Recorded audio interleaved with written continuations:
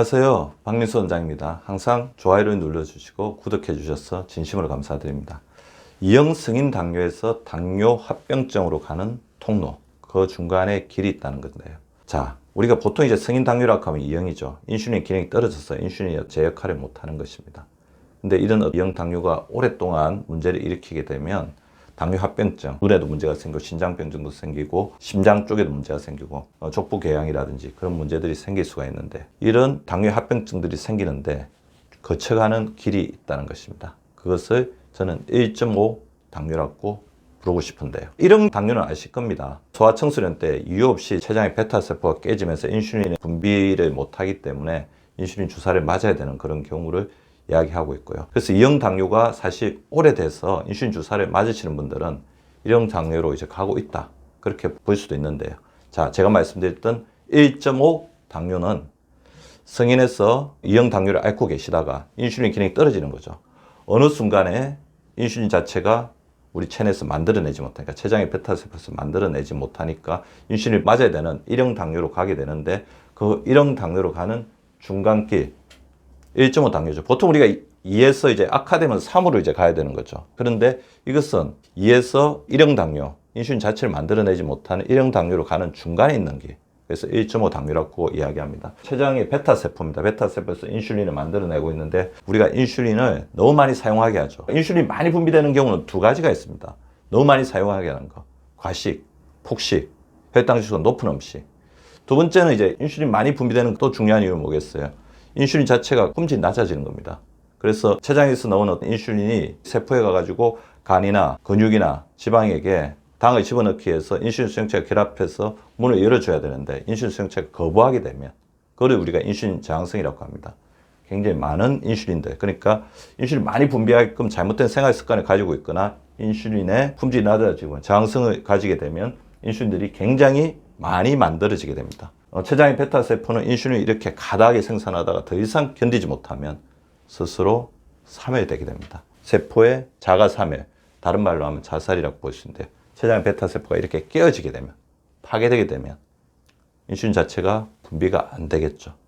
그래서 1형 당뇨로 가게 되는 것입니다. 자, 1.5 당뇨. 그래서 우리는 굉장히 주의해야 됩니다. 2형 당뇨에서 1형 당뇨로 가지 않게끔 우리가 1.5 당뇨에 길목에 있다면 그것을 잘 알아차려서 그것을 미연에 방지하고, 그때부터 우리가 극도로 주의를 해야 되는 거죠.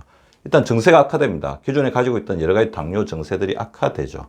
굉장히 악화됩니다. 그리고 가장 중요한 거는, 그전에는 이제 똑같은 약을 먹거나 약을 조금만 늘려도 잘 조절이 되는데, 이제는 갑자기 당뇨 수치가 조절이 안 되는 거죠. 왜냐하면 약들은 우리 몸에서 나오는 인슐린 기능을 정지시키거나 인슐린 분비를 좀 더 촉진시키는 작용을 하는 건데, 인슐린 자체가 나오지가 않으니까 췌장의 베타세포가 사멸되어서 조절이 되지 않겠죠. 그래서 1.5 당뇨의 가장 중요한 신호는 당이 갑자기 조절이 되지 않는다. 그리고 가지고 있던 여러 가지 증세들, 당뇨로 인해서 불편한 증세들이 악화된다. 그래서 1.5 당뇨를 미리 알아차리기 위해서는 제일 중요한 방법은 검사가 있겠죠. 그래서 혈액 검사에서 인슐린 수치가 증가하는 것을 보는 것도 방법일 것 같아요. 자, 인슐린 수치가 증가하는 것은 아까 제가 말씀드렸죠. 많이 나오게끔 하는 생활 습관을 가지고 있지만, 이전에는 하나로 됐던 것들. 그러니까 이 정도만 나와도 인슐린이 충분하게 우리 몸속에 당을 세포 속에 저장했는데, 지금 어떻게 되냐면 이렇게 많이 나와도 세포 속에 저장되는 거의 없습니다. 그래서 우리 혈액 속에는 당과 더불어서 인슐린이 굉장히 많이 돌아다니는 고인슐린 혈증 상태가 된다는 것입니다. 그래서 1.5 당뇨의 가장 중요한 특징 중에 하나는 고인슐린 혈증이다. 이런 상태가 되다가 어느 순간이 되면 인슐린 자체가 만들어지지 않으니까 아예 혈액 내에서 인슐린 존재 자체를 파악을 할 수 없겠죠. 그리고 이제 조절이 안 되다 보니까 당화혈색소, 헤모글로빈 A1C도 올라가고 혈당도 올라가게 됩니다. 식후 혈당도 많이 올라가서 인슐린 기능이 떨어지고 있다는 것을 알게 됩니다. 당뇨 저항성 지수라는 게 있습니다. HOMA, 호마라고 하는데요. 인슐린과 공복혈당을 곱한 것이 인슐린 저항성 수치인데, 당연히 이제 1.5 당뇨로 가게 되면 조절이 안 되기 때문에 인슐린도 많이 나오고 혈당도 올라가기 때문에 이 수치가 올라가면서 저항성 상태를 나타내게 되겠죠. 그래서 최근에 갑자기 이렇게 당뇨를 앓고 계신 분들이 몸이 안 좋아지고 약을 먹어도 조절이 안 된다면 이런 부분들을 한번 체크해 보는 게 필요할 것 같고요. 1.5 당뇨는 몸에 나타나겠죠. 정상으로 나타납니다. 체중이 감소됩니다. 그래서 우리가 당뇨를 처음에 앓기 전에는 대부분 또 비만이신 분들이 많은데, 왜냐하면 비만이 때 지방세포 자체가 인슐린 저항성에 나타내는 중요한 원인이잖아요. 당뇨를 앓게 되면 어떻게 되죠? 체중 감소를 초기에 앓잖아요. 근데 약을 먹으면서 그게 또 줄어들고 이제 안정 상태가 됩니다. 근데 또 이렇게 조절 잘 되다 보면 또 다시 옛날로 이렇게 체중이 늘어나지는 분들이 있어요. 그 체중이 늘어나거나 그냥 체중을 유지하고 계신 분들이 갑자기 또 살이 빠지기 시작하면 인슐린 자체의 기능이 극도로 저하되고 있다는 것입니다. 근데 그때 문제는 뭐냐 하면 체중이 빠질 때 근육이 또 이렇게 굉장히 많이 빠져요. 근육의 감소가 있습니다. 인바디에서 근육 감소를 확인해 보면 아, 내가 당뇨가 갑자기 조절이 안 되겠구나. 본인이 의도를 해서 체중을 줄이는 것이 아닌데도 불구하고 이렇게 줄어들고 있다면, 생활습관은 오히려 나빠지고 있는데 이렇게 줄어들고 있다면 1.5 당뇨로 가고 있고 곧 1형 당뇨로 가게 되는 전조신호라고 볼 수 있습니다. 굉장히 무기력해지죠. 그리고 손발 저림, 손발 시림, 혈액순환 장애, 뭐 두통이나 머리가 멍해진다는 그런 느낌을 가지게 됩니다. 그리고 우리가 당뇨를 처음에 갑자기 심하게 알았을 때 생겼던 초기 증상들, 다음 당뇨, 다갈 같은 증상들이 다시 나타나는 것을 경험하실 수 있습니다. 자, 1.5 당뇨 괴목에서 자가 3일 하려고 하는 인슐린을 우리가 반드시 구해야 됩니다. 그러려면 인슐린을 아껴줘야 되죠. 혈당 지수 낮은 음식을 드시고요. 저항성成분이 많은 음식을 드시는 게 바람직합니다. 식이섬유죠. 천천히 드셔야 되고요. 인슐린에 휴식을 줘야죠. 거꾸로 식사법. 밥 한 번, 반찬 한 번이 아니고 채소 한 번, 비채소 한 번, 밥 한 번. 채소 한 번, 비채소 한 번, 밥 한 번 드셔주시기 바랍니다. 그리고 인슐린에게도 휴식이 필요합니다. 야식은 건물입니다. 그리고 회식 후에 고기나 어떤 거 먹고 나서 또 이렇게 후식으로 탄수화물, 뭐 면이나 밥을 드시는 것 피해 주시기 바랍니다. 인슐린에게 휴식을 주고 인슐린을 아껴줘야 됩니다. 그리고 인슐린을 한영받게야 되죠. 인슐린이 호의대를 받거나 당을 안 받아줄래 그러다 보면 인슐린의 능력이 떨어지고 인슐린 자체가 처치곤란한 상태가 되는 거죠. 그래서 인슐린의 창고, 간, 근육을 잘 정리를 해줘야 됩니다. 간을 청소해야 되죠. 필요 없는 약과 영양제를 줄이십시오.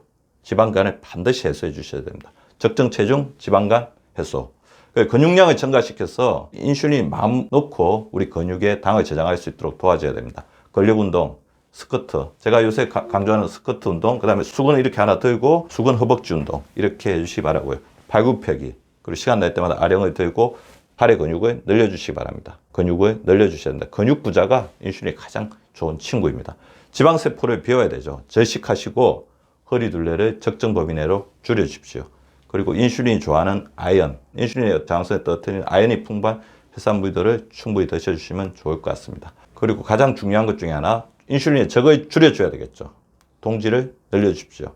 인슐린의 적은 스트레스, 술, 담배, 수면 부족, 인색 음식. 동지는 근육. 특히 운동을 한다고 하면 식후 30분에서 인슐린의 부담을 조금 줄여주는 게 도움이 되겠죠. 세로토닌, 기분 좋은 생각, 선행을 해주시 바라고. 자연으로 돌아갔을 때 우리 인슐린이 굉장히 휴식을 취합니다. 초록색 빛이 있는 산과 강, 들로 체해날 때마다 나가주십시오. 자연색 채소와 과일과 물이 인슐린의 동지가 될 것입니다. 자, 오늘 제가 말씀드렸던 1.5 당뇨로 가기 전에 인슐린을 그 나락에서 구하시는 지혜를 잘 발휘해 주시기 바랍니다. 구독과 좋아요는 박미수 박사 TV를 지속시키는 생명력입니다. 많이 구독해 주시고 좋아요를 눌러 주시기 바랍니다. 항상 감사드립니다.